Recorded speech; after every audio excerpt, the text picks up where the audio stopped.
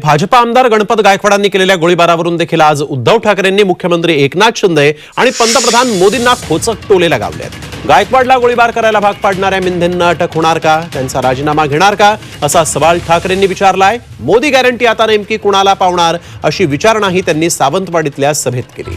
तर सरकारमध्ये गँगवॉर सुरू झालेला आहे अशी टीका कुडाळमधल्या सभेमध्ये उद्धव ठाकरेंनी केली।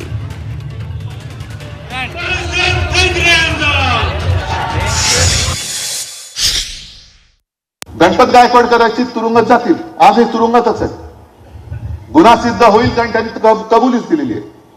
पण मिंधेंकडे करोडो रुपये आहेत आणि मिंधेंमुळे याला गुंडगिरी करावी लागले, त्या माणसाला काही शिक्षा होणार आहे की नाही, त्याचा राजीनामा, त्याला अटक होणार आहे की नाही।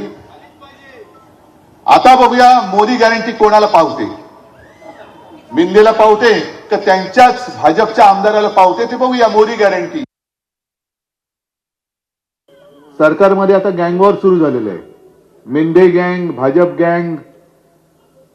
असं कधी झालं नव्हतं की सरकारमध्ये सामील असलेल्या दोन पक्षातल्या आमदारांमध्ये गोळीबार झालेला आहे। तुम्ही विचार करा आणि मी तुमच्या सर्वांच्या साक्षीने पंतप्रधानांना पण सांगतोय की तुम्ही जे बाजारबुणगे तुमच्या पक्षात घेतले सत्तेच्या हव्यासा पायी, हे तुमचं हिंदुत्व आहे का?